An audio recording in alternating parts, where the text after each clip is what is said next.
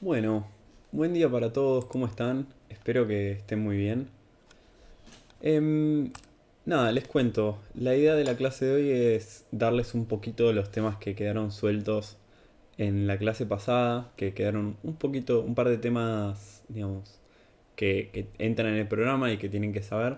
Así que la idea es retomar donde nos quedamos el lunes y avanzar con los temas que nos quedan, que es muy poquito de esta unidad de test de hipótesis de una población. Si tienen dudas, saben que nos pueden escribir al campus o o a WhatsApp. Así que nada, estamos a su disposición de responder todas las dudas que tengan, porque sabemos que puede haber dudas con este tema. Recuerden que la bibliografía obligatoria es el Levine y Rubin. Esto está en el capítulo 8, en el que dice test de hipótesis de una muestra. También pueden leer el libro de Capriglioni, que quizá no nos ayude tanto para entender, pero sí puede ser un muy buen resumen para realizar los ejercicios, así que también muy recomendado. Y bueno, repasemos un poquito lo que vimos en la clase pasada. En la clase pasada hicimos un ejercicio, ¿sí? Que lo tengo más por arriba, bueno, no sé dónde está. Pero que básicamente era un test de hipótesis para la media, un test a cola derecha, ¿sí?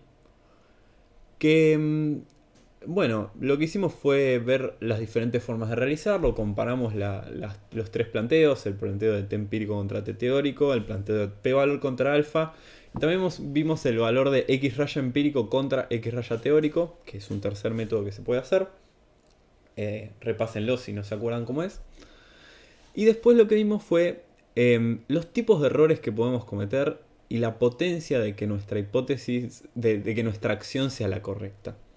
Como vimos, esto depende de en qué caso estemos. Nosotros en la clase pasada vimos el caso cuando rechazamos H0. ¿Sí? En el ejercicio rechazamos H0, un nivel de significatividad de 0,05, o sea, un alfa de 0,05.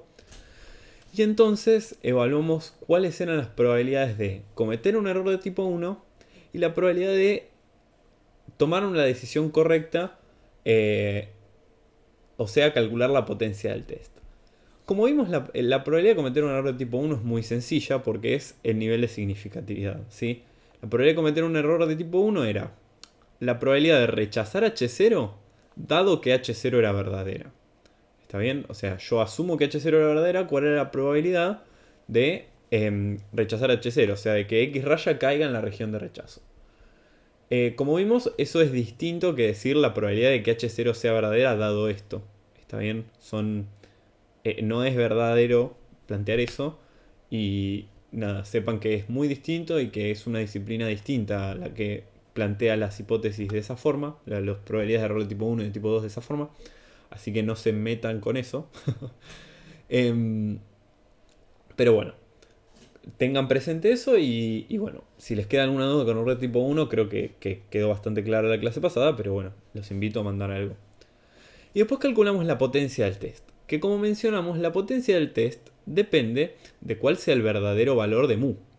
Porque H0 falsa significaba en nuestra hipótesis que mu era mayor a 40.000. Ahora, que mu sea mayor a 40.000 significa que puede ser cualquier valor mayor a 40.000.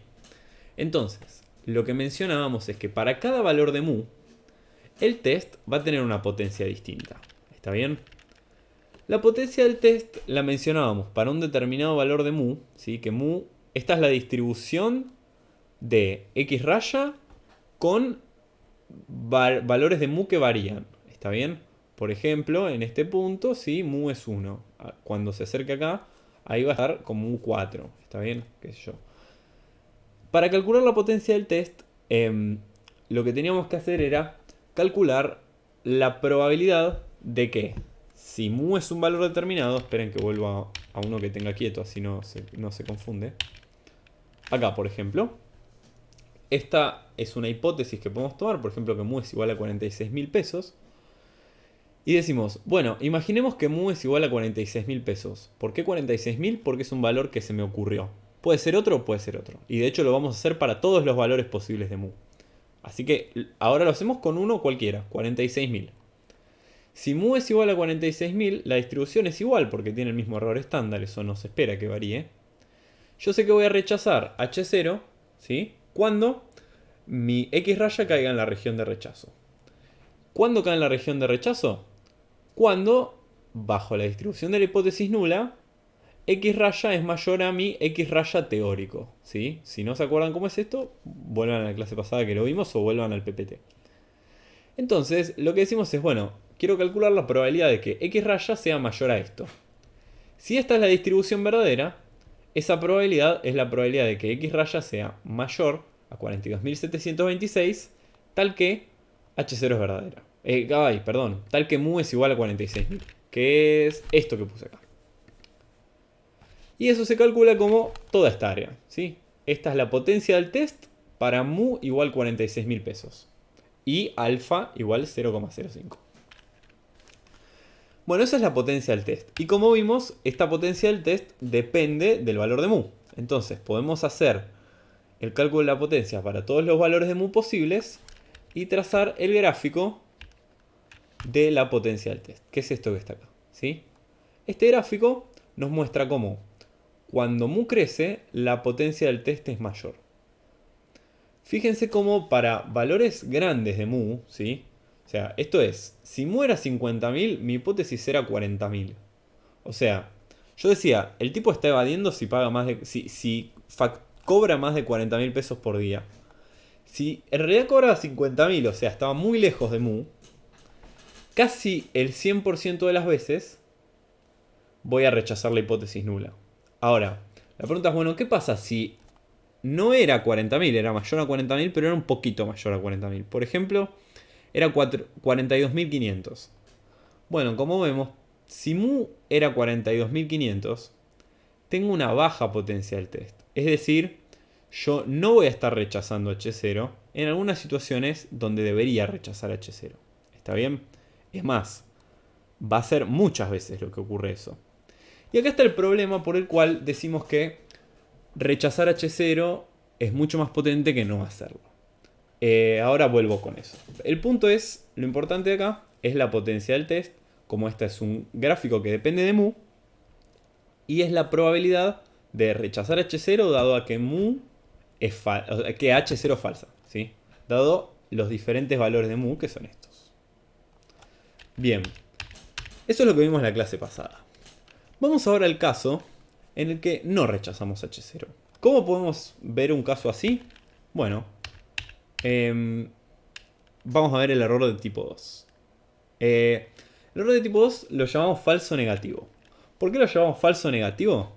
Porque lo que mencionábamos es que es no rechazar H0 cuando H0 era falsa. O sea, yo digo H0 es verdadera, o sea que H0 tiene igualdad, no hay diferencia entre el parámetro que yo creo y el verdadero valor del parámetro, pero en realidad me equivoqué. O sea, yo dije que no había diferencia, pero en realidad había. Por eso se llama falso negativo. Un ejemplo. Volvamos al mismo ejercicio en el que teníamos estas hipótesis, ¿sí? Mismo test. Mismos valores muestrales. Lo único que hago es cambiar el valor de alfa. En vez de testear con un nivel de significatividad de 0,05, lo hago con un nivel de significatividad de 0,01. Como dice acá, el valor P no cambia, porque el valor P depende de valores empíricos, ¿sí? De los valores de nuestra muestra. Lo que sí cambia es el T empírico. Mentira. El T crítico, el T teórico, ¿sí? La región de rechazo se va a cambiar. Se va a mover a la derecha la región de rechazo. ¿Está bien? Porque el área va a ser menor, porque el alfa es menor. En términos gráficos, fíjense cómo antes estaba en 1,7, yo rechazaba, y ahora mi T crítico o mi T teórico es 2,62. ¿Sí? Mi alfa es menor y por eso el área es menor. Como el alfa es menor al valor P, yo no rechazo H0. ¿Está bien? Otra forma de justificarlo. Como el T crítico cae... Como el T empírico cae en la región de no rechazo, si la región de no rechazo es desde acá, toda esta área, hasta acá, hasta esta raya, ¿no? No en la zona naranja o rojita, no sé.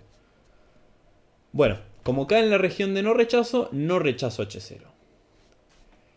Mencionamos antes que si rechazábamos H0 podríamos estar cometiendo un error de tipo 1, que era haber rechazado H0 cuando en realidad era verdadera. Si yo no rechazo H0, ¿qué error puedo estar cometiendo?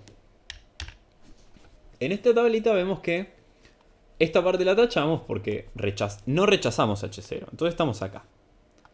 Puede ser que H0 sea verdadera y entonces tomé la decisión correcta, ¿sí? O puede ser que H0 en realidad sea falsa. Si H0 es falsa, yo me equivoqué y estoy cometiendo un error de tipo 2. Entonces lo que nos va a preocupar es, bueno, suponete que yo no rechazo H0, o no lo supongamos, en este ejercicio me dio que no rechazo H0. ¿Cuál es la probabilidad de cometer un error de tipo 2? Es decir, si H0 era falsa, ¿cuál era la probabilidad de no rechazar H0? A esto lo vamos a llamar beta. Y como ven, este beta y este beta son los mismos. Entonces, la probabilidad de cometer un error de tipo 2 es simplemente hacer 1 menos esto. O la potencia del test es 1 menos la probabilidad de cometer un error de tipo 2. Es lo mismo, ¿sí? Este beta y este beta son los mismos. Una vez que calculamos uno, podemos calcular el otro de una. Bueno. Esto lo voy a volver. Entonces, el error de tipo 2 dijimos que es la probabilidad de no rechazar H0 cuando en realidad H0 era falsa. ¿Sí? Esto es beta. Ya vimos cómo calcularlo, porque es 1 menos la potencia del test. Y al igual que en la potencia, ¿sí? Este beta va a depender de cuál sea el verdadero valor de mu. Entonces lo que vamos a calcular no es solamente un beta, sino que vamos a calcular una función de error de tipo 2. ¿Por qué una función? Porque vamos a calcular la probabilidad de cometer un error de tipo 2 para distintos valores de mu, que es este grafiquito. Pero bueno, volvamos un segundo, un paso atrás. Si yo asumo un valor determinado de mu, como hicimos antes, ¿sí? Digo, bueno, mu es igual a 46.000. En este caso, mu igual a 60, estas son otras muestras, ¿no? Pero no importa. Esta parte de acá dijimos que es la potencia del test, toda esta área. Por consecuencia, toda esta área, ¿sí? Es la probabilidad de cometer un error de tipo 2. ¿Por qué? Porque digo, bueno, si esta es la región de rechazo, ¿sí? Significa que si X raya cae en esta zona, o P raya o el que sea, yo voy a rechazar H0. Si esta es mi distribución verdadera, entonces existen todos estos casos en los que X raya o P raya me dio un valor chiquito, pero eso no significa que esté mal el test ni que esté mal la muestra. Simplemente que por la variación natural que tiene el estimador, por el error estándar que tiene, puede ser que haya casos con valores pequeños. Bueno, en esos casos en los que, aunque esto sea verdad, me da valores pequeños, yo no rechazo H0. Y en estos casos yo estoy cometiendo un error de tipo 2. Como vimos antes, perdonen que vuelvo un segundo, pero les quiero mostrar de nuevo este GIF, que me parece excelente. Esta parte roja es la potencia del test. Y esta parte roja clarita es la probabilidad de cometer un error de tipo 2. ¿Sí? Fíjense cómo para valores cercanos a H0, la probabilidad de cometer un error de tipo 2 es muy grande. Y por otro lado, para valores lejanos a H0 de mu, la probabilidad de cometer un error de tipo 2 es muy pequeña. Ahora vamos a ver un poquito más sobre eso. Entonces, dijimos, esto es la probabilidad de cometer un error de tipo 2, esta zona verde, el beta. ¿Cuál es la probabilidad de cometer un error de tipo 2 para diferentes valores de mu? Bueno, veamos. Supongamos este valor, 42.500, ¿sí? O 42.000, así aparece en la tabla. 42.000 está por acá, ¿sí? Esta es la función de error de tipo 2. Nos muestra cómo cambia la probabilidad. Esto está mal, dice 1 menos beta, no me di cuenta de cambiarle el eje. Esto es beta, ¿sí? Y esto es mu. Como beta baja a medida que mu se aleja de H0. H0 es 40.000, ¿sí? Cuanto más lejos de H0, menor probabilidad de cometer un error de tipo 2 tengo. ¿Por qué? Porque si, supongamos, yo digo, funciona exactamente igual que en potencia del test. Si yo tengo un mu que es igual a 50.000, o sea, el tipo vende 50.000 pesos por día y me declaró y evade a partir de los 40.000, entonces, como la distancia es muy grande entre 40.000 y 50.000, teniendo en cuenta el error estándar, por eso lo dividimos por el error estándar, como esa diferencia es muy grande, casi siempre voy a rechazar H0, ¿sí? Por eso no hay mucha posibilidad de cometer un error de tipo 2. En cambio, si yo tomo 42.000, fíjense que la probabilidad de cometer un error de tipo 2 es 0,9. ¿Sí? Fíjense, 42.000, pero la pucha. 42.000, la probabilidad de cometer un error de tipo 2 es de 0,9. Eso significa que si mu era 42.000 y yo estoy testeando esto, el 90% de las veces yo voy a llegar a la conclusión incorrecta. O sea, el 90% de las veces me voy a equivocar. ¿Esto es malo per se o es bueno o no? Bueno, obviamente que es una desventaja, porque decís, bueno, si yo quiero probar que mu es mayor a 40.000 y es 42.000 es mayor a 40.000, yo querría que se rechace H0 porque es mayor. Pero bueno, mucho no podemos hacer con esto, porque estamos limitados a la variación natural de nuestra muestra. ¿Está bien? ¿Qué sí podemos hacer para aumentar la potencia del test y para disminuir la probabilidad de cometer un error de tipo 2? Como vimos, el beta depende de mu, obviamente, ¿sí? Esto es una función de mu. Además depende del nivel de significatividad y también depende de el error estándar. El error estándar es sigma o s sobre raíz de n. Sigma o s en general están dados. Si nosotros tomamos una muestra de un set de información que tiene una variabilidad innata, ¿sí? Entonces, eso no podemos hacer nada para solucionarlo. Pero lo que sí está bajo nuestro control es el tamaño de muestra que tomamos. Por eso, en algunos casos es necesario tomar tamaños de muestra grandes. Si yo considero que 42.000 quiero demostrar que H0 es falsa, a ver, si yo quiero demostrar que H0 es falsa incluso con valores cercanos a H0, como por ejemplo 42.000, lo que puedo hacer es tomar una muestra más grande. Y esto va a hacer que mi potencia del test tenga una forma más así alargada, ¿sí? Esto como que se comprime, ¿sí? Esto se acerca así y baja mucho más rápido. Pero bueno, también es costoso tomar más muestra. Y la pregunta en general es, ¿qué tan importante es tener una baja probabilidad de cometer un error de tipo 2? Ahora al final de la clase, en un 5 o 10 minutitos, vamos a discutir un poquito eso, ¿sí? Lo importante acá es que esta probabilidad de cometer un error de tipo 2 es una función de mu, que cada uno de estos puntos es una probabilidad como la que calculamos, digamos, es calcular esto, utilizar el estadígrafo de prueba como, ¿cómo se llama? X raya menos el mu hipotético de cada uno de los valores sobre el error estándar, ¿sí? Y buscarlo en la tabla de t. Y bueno, eso sería la probabilidad de cometer un error de tipo 2. ¿Por qué al principio de la clase del otro día mencioné que era tan importante? No, tan importante no, pero ¿por qué era más contundente rechazar H0 que no rechazarla? Por esto que les mencionaba. Fíjense que si yo rechazo H0, la probabilidad de cometer un error de tipo 1, ¿sí? O sea, la probabilidad de equivocarme si H0 era verdadera, voy a la tabla, acá. Ignoren esto, ahora lo hablamos. Si yo rechazo H0, la probabilidad de cometer un error de tipo 1 es alfa, que en general es baja, es 0,05, 0,01. ¿Está bien? O sea, la probabilidad de equivocarme si H0 era verdadera es baja.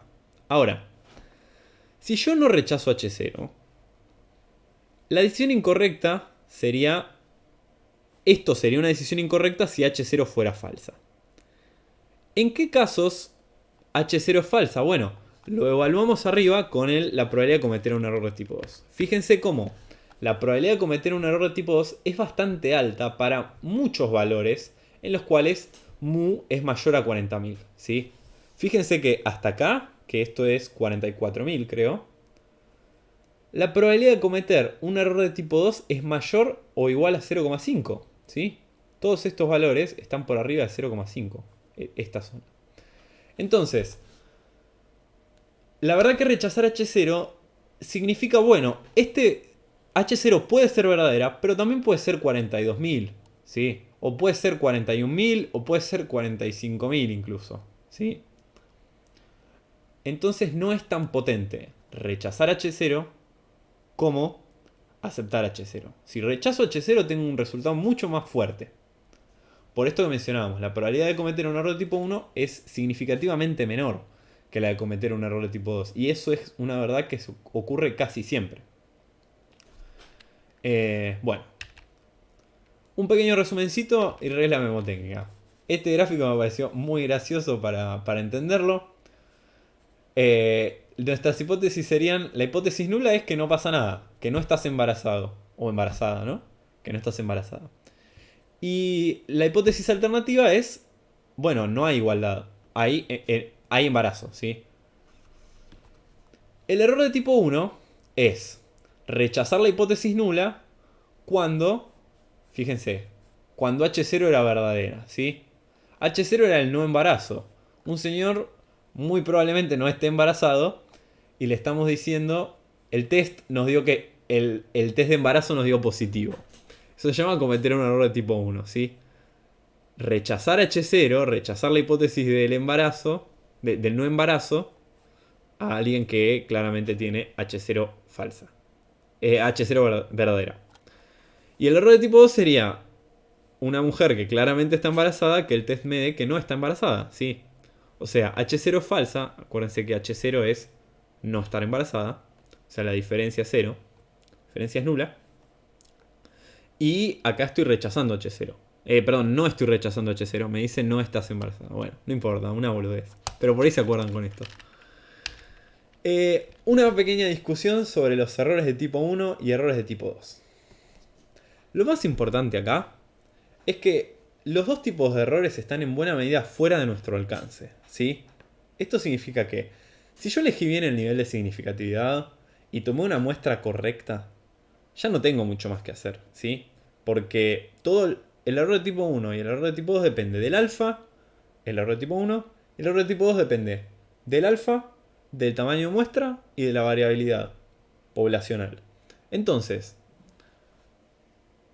si ya tomé la muestra y digo, bueno, no tengo más presupuesto para seguir tomando datos, y ¿cómo se llama? Y tomé el nivel de significación correcto, esto significa el nivel de significatividad más cercano al p-valor, digamos, entre los aceptables, o el nivel de significatividad que me propuse desde un principio, en realidad no es tan relevante eso.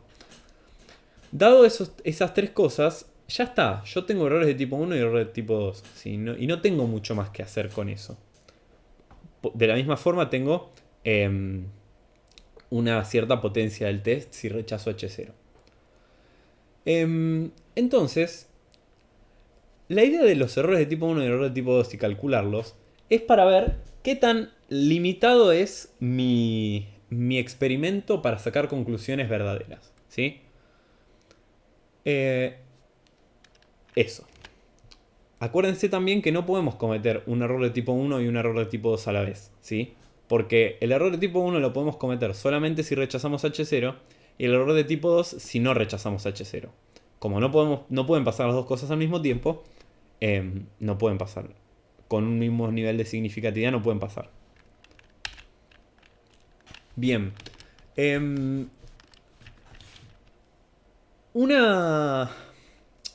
Bueno, esto es lo que les mencionaba, que siempre conviene poner en la hipótesis alternativa la hipótesis que más nos interesa, ¿sí? El curso de acción más costoso en realidad. ¿Por qué? Porque es mucho más... Los test de hipótesis, cuando rechazan H0, generan conclusiones mucho más fuertes. Pongo un ejemplo muy simple, pero que creo que va a estar interesante. El enfoque más común es el enfoque de costo relativo entre los diferentes tipos de error. Es decir, yo tengo que elegir el nivel de significatividad, ¿sí? Por ejemplo, 0,05 o 0,01 o menor. ¿Cómo lo decido?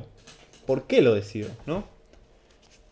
Fíjense una cosa, que por ejemplo en medicina usan niveles de significatividad de 0,01 o menores, y en ciencias sociales usamos 0,05. En gran parte eso se da porque los datos en medicina varían mucho menos y en ciencias sociales varían mucho más. Pero también hay un enfoque de costo relativo muy relevante en esto. Es el costo de un falso positivo y de un falso negativo. Imagínense lo siguiente, esto sin parámetros, pero igual la idea está. Imagínense que estamos haciendo un test de coronavirus, ¿sí? Nuestro H0 es que la persona no tiene el virus.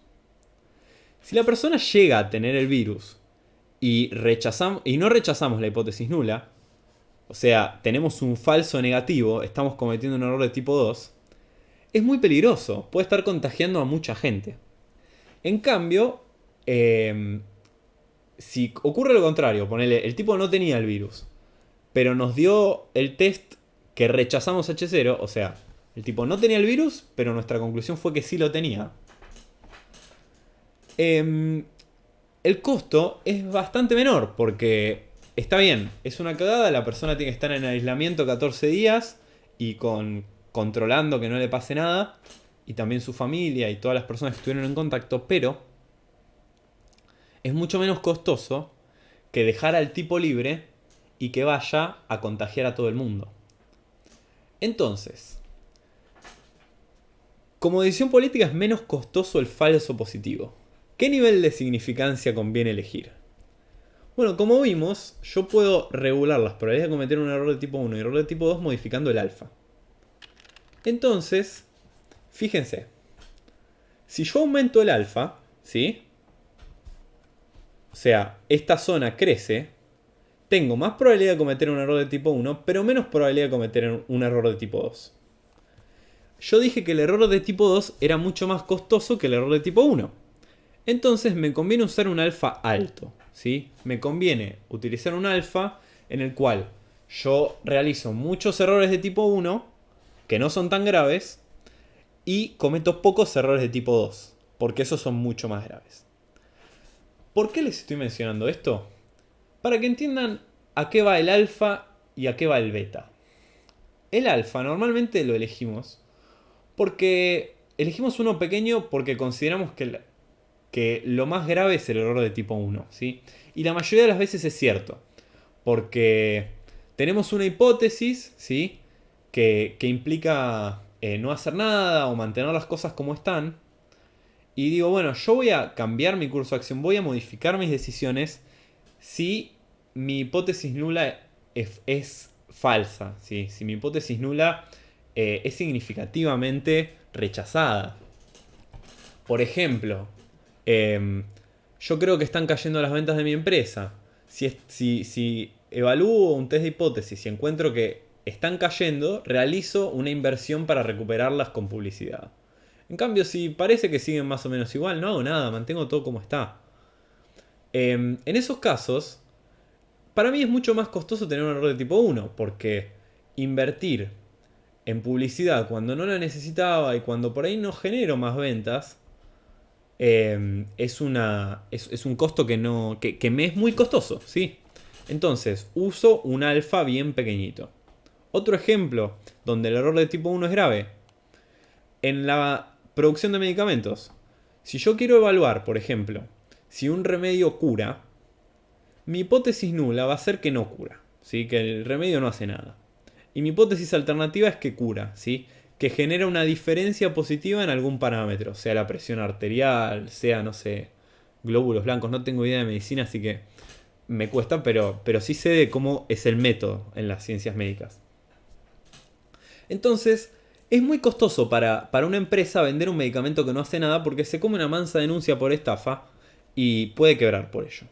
Entonces va a usar un nivel de significatividad muy pequeño, porque cometer un error de tipo 1 es re costoso. En cambio, cometer un error de tipo 2, es decir, bueno, este medicamento no sirve para nada, cuando en realidad ayudaba un poco, bueno, ayuda un poco, no es tan grave, chau, no lo vendo. Prefiero vender uno que funcione y que funcione en serio. Por eso, en general, es más costoso cometer un error de tipo 1 que un error de tipo 2. Y por eso solemos seleccionar el nivel de significatividad con el alfa en mente. ¿Está bien? Pero sepan que puede haber casos en los que el beta es lo importante. Bueno, una cosita más que me olvidé decirles es explicarles este caso, que es muy fácil, ¿sí? Este caso es la decisión correcta, ¿sí? O sea, cuando no rechazo H0, la probabilidad de que... la probabilidad de no rechazar H0 cuando H0 es verdadera.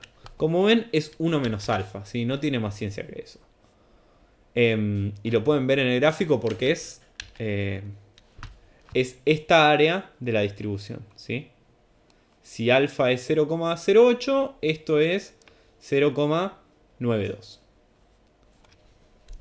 Y otra cosa que les quería recordar es que tanto el alfa como la potencia del test, como el error de tipo 2, se pueden calcular para test a una o dos colas, ¿sí? Fíjense que esto puede tener otra cola acá. Y nada, no cambia nada porque siempre lo comparamos con la cola más importante, ¿sí? Siempre lo calculamos con el T empírico y con eso comparamos, o con el Z empírico. Entonces nos quedamos solamente con la cola relevante. Pero bueno, pues sepan que existe. Y hablando de eso, bueno, esperen, concluyo esto y les comento otra cosa. Nada, es importante que tengan esto en mente, los errores de tipo 1 y errores de tipo 2, y cómo esto genera problemas para lograr conclusiones efectivas. Cito algo que mencionamos al principio de este tema, que es lo más importante en los test de hipótesis, es que ningún test genera conclusiones absolutas, sino que necesitamos acumular evidencia para poder generar conclusiones fuertes y para poder evaluar hipótesis científicas. ¿Está bien? Para que un medicamento funcione no me alcance con que un test me diga que funciona, porque sé que puedo estar cometiendo un error de tipo 1 o un error de tipo 2. En cambio, si yo realizo 10 test de 10 laboratorios distintos y 9 de 10 concluyen que funciona haciendo test de hipótesis con niveles de alfa razonables, entonces es muy probable que el remedio sí funcione. Por eso la evidencia acumulada es importantísima para poder, digamos, sacar conclusiones certeras. Cuestión anecdótica. Fíjense cómo pasa con el tema de las vacunas con el coronavirus. Un día dicen la hidroxicloroquina funciona. Y a los 2 meses salen 10 estudios que prueban que no funciona. ¿Qué es eso? ¿Qué es lo que está pasando? Lo que está pasando es que estamos teniendo errores de tipo 1, ¿sí? ¿Qué dijimos? La hipótesis nula es que la hidroxicloroquina no funciona, ¿sí? Que la diferencia entre mu, que sería, no sé, no tengo idea, algún valor de que te muestra que tenés coronavirus, y el mu que tendrías si no tenés coronavirus, no se modifica. Es decir, no tenés menos probabilidad de tener coronavirus por consumir hidroxicloroquina. Y la hipótesis alternativa es que funciona el medicamento, ¿sí? Que consumir la hidroxicloroquina te baja la probabilidad de contraer COVID. Es decir, el primer estudio puede ser uno que rechazó H0, ¿sí? Y salió y publicó un paper diciendo, bueno, yo rechacé H0 con un alfa de 0,01 y por eso concluyo que H0 debe ser falsa. Es decir, que la hidroxicloroquina debe funcionar. Ahora, repetís el test 10 veces y te da que en las otras 10 no rechazaste H0, ¿sí? Entonces, la evidencia acumulada, aunque hayas tenido un test que ocurra acá, en ese test estabas cometiendo un error de tipo 1, ¿sí? Y lo posta era que H0 era verdadero, que no había diferencia por consumir eso. Un ejemplo, ¿sí? Para que sepan. Les dejo una tareita para reflexionar sobre los problemas que tienen aceptar la hipótesis nula como verdadera cuando no rechazamos H0, ¿sí? Es hacer el ejercicio que ya hicimos, pero con diferentes hipótesis nulas. Les adelanto la conclusión. Van a ver que no rechazan H0 para varios valores de H0.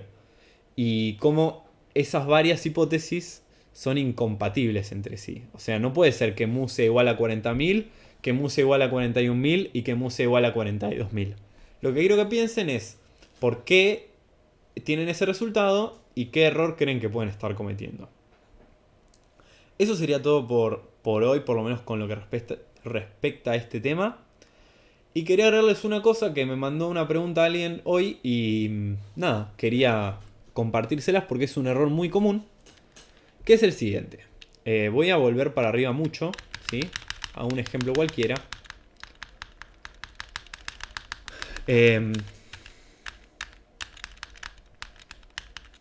Por ejemplo, ¿sí? Voy a sacar el full screen así puedo editar. Imagínense que estamos en un ejercicio así, ¿sí? Tengo una hipótesis nula que es menor o igual a 40.000 y la hipótesis alternativa que es mayor a 40.000. Imagínense que este es otro ejercicio, ¿sí? Que este no es el resultado. Yo calculo el t crítico y me da 1,47. ¿Está bien? Ahora yo calculo el t empírico y en vez de darme 2,58 me dio menos 2,58. O sea que esto, en realidad estar acá, estaba justo del otro lado. Por acá. ¿Qué significa esto? ¿Cuál es la conclusión? O sea que esta es la región de rechazo y este es mi valor del estadígrafo. Bueno, lo más fácil es decir, bueno, no, como el empírico cayó en la región de no rechazo H0. Y eso es correcto, ¿sí? Es verdad. Pero les comento algo. Si les pasa esto, ni hace falta hacer el test de hipótesis. ¿Por qué? Ahora lo vemos. En los ejercicios háganlo igual, ¿sí? Pero mencionen que la verdad que estuvo de más hacer el test de hipótesis. ¿Por qué? Este caso, esto te puede pasar si, por ejemplo, yo tengo mi hipótesis nula que es que mu es igual a 40.000. Y me da un x raya igual a 36.000, ¿sí? Si mi x raya es igual a 36.000, H0, yo no tengo evidencia en contra de H0, ¿sí? Digamos, no hay... Esto de hecho está a favor de H0. Entonces, tener un X raya que esté por abajo de este valor no nos sirve como evidencia para rechazar H0, ¿sí? Es como decir, bueno, yo quiero demostrar que la moneda está desbalanceada. Y tiro y me salen 5 caras y 5 secas. Bueno, amigo, eso no te sirve para mostrar que la moneda está balanceada. De hecho, es evidencia a favor de que la moneda está balanceada. Cuando ustedes les dan un valor de el estimador que se encuentra dentro de lo que se define como la hipótesis nula, es decir, un X raya menor o igual a 40.000, un P raya menor o igual a este valor que esté acá, eso directamente no es evidencia para rechazar H0. Por eso directamente ni hago el test. Yo ya sé que eso no me sirve para rechazar H0. No voy nunca a rechazar H0 con una media que me da 36.000 o que me da 40.000. Yo necesito evidencia fuerte para rechazar H0. Es decir, una media que me dio 45.000. Ahí sí puedo rechazar H0. Puede que rechace H0. Y si la media me dio 60.000, más todavía. ¿Está bien? Bueno, era eso lo que les quería mencionar. Como cuando nuestro X raya cae lejos que cae violentamente en la región de no rechazo, el test ni hace falta hacerlo, ¿sí? La conclusión la podemos sacar desde antes. Bueno, eso sería todo. Espero que la clase les haya gustado. Manden dudas porque me imagino que deben tener. Y sepan que esta es la última clase de test de hipótesis de una población. Por ahí hoy mismo arrancamos con la de 2 poblaciones. No sé, ahora arreglamos. Pero bueno, gracias por estar y bueno, les mando un saludo enorme. Recuerden que los ejercicios de potencia del test los vamos a hacer en el trabajo práctico. Después vemos cómo los evaluamos en el parcial, si es que lo hacemos. En teoría va a entrar seguro. La cuestión es si vamos a hacerles calcular en la práctica algo o no. Bueno, saludo para todos y espero que tengan una muy buena semana.